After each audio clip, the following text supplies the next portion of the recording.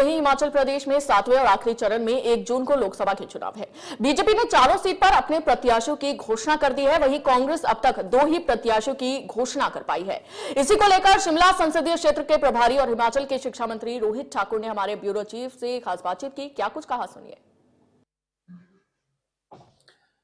जहां हिमाचल की गर्मी बढ़ती हुई जा रही है, वहीं राजनीतिक गर्मी जो है वो भी साथ साथ उसका पारा जो है वो हाई होता जा रहा है। आज शिमला संसदीय क्षेत्र में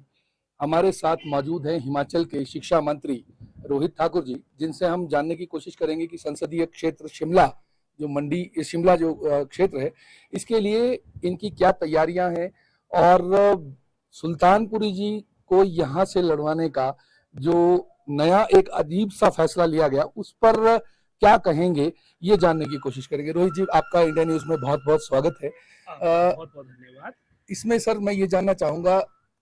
ऑलरेडी विनोद सुल्तानपुरी जो हैं आपके विधायक हैं, उसके बावजूद आपने इतना बड़ा रिस्क लिया, क्या लगता है आपको?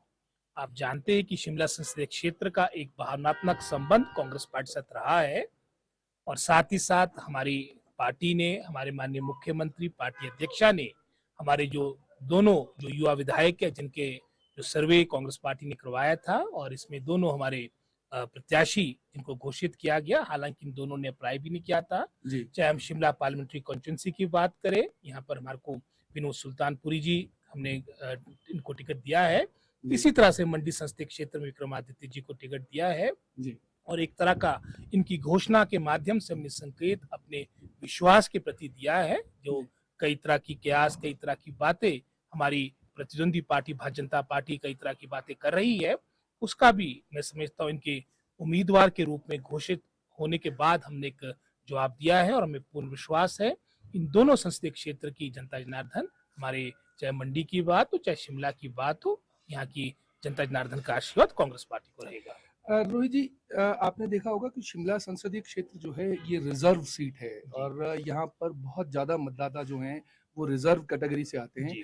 उनके उत्थान के लिए और शिक्षा और रोजगार के लिए कांग्रेस पार्टी ने क्या ऐसा सोचा है जिससे इनका जो है कुछ उत्थान हो सके? शिमला संसदीय क्षेत्र का, जैसे मैं अपने बात को प्रारंभ करते वक्त भी बात कर रहा था, एक बहुत पुराना संबंध है और एक समय में इस कॉन्स्टिट्यूंसी को महासू पार्लियामेंट्री कॉन्स्टिट्यूंसी के रूप में भी जाना जाता था और उस वक्त हमारे हिमाचल के पूर्व मुख्यमंत्री स्वर्गीय वीरभद्र सिंह जी भी, उस वक्त कुछ क्षेत्र हमारा सिरमौर और सोलन का उसके अंतर्गत नहीं था, अगर लेकिन मुख्यतः हमारा शिमला जिला समस्त आपका महासू संसदीय क्षेत्र का पार्ट था। ये उसका पार्ट रहा है और हमारे जितने भी मुख्यमंत्री रहे, चाहे हम हिमाचल निर्माता डॉक्टर परमार की बात हो, ठाकुर रामलाल जी की बात हो, चाहे वर्तमान हम वीरभद्र सिंह जी की बात करें, सुखविंदर सिंह सुक्खू जी का भी कटूट संबंध शिमला के साथ रहा है। सबने, मैं समझता हूँ, उनकी कर्म भूमि के रूप में शिमला को जाना जाता है और उसके उपरांत यहाँ से केडी सुल्तानपुरी, हरिराम शांडिल जी,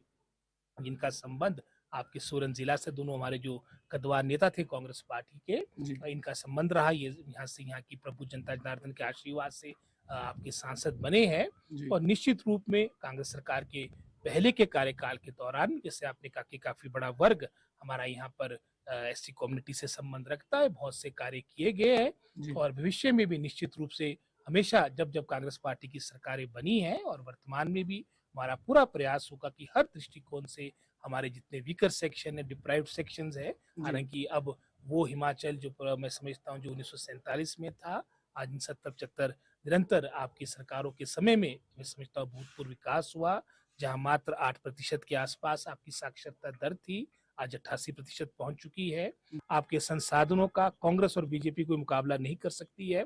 ये तो राजा भोज और गंगू तेली वाली बात है, लेकिन जैसे मैंने कहा कि प्रजातंत्र में, आपकी डेमोक्रेसी में सबसे महत्वपूर्ण जनता जनार्दन होती है।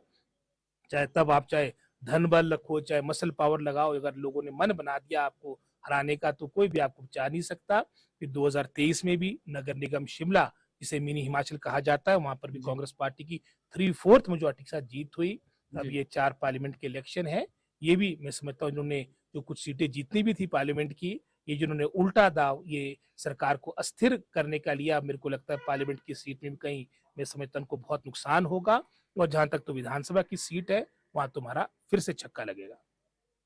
तो आपने देखा कि किस तरह से रोहित जी ने बताया कि धनबल की राजनीति लोकतंत्र के सामने टिक नहीं सकती, जिसकी वजह से ये चौका और छक्का लगाने की बात करते हैं कि 4 की लोकसभा सीटें और 6 की 6 विधानसभा जीतकर हिमाचल में दोबारा कांग्रेस की सरकार बनाएंगे। सोलन से अनुराग शर्मा, इंडिया न्यूज।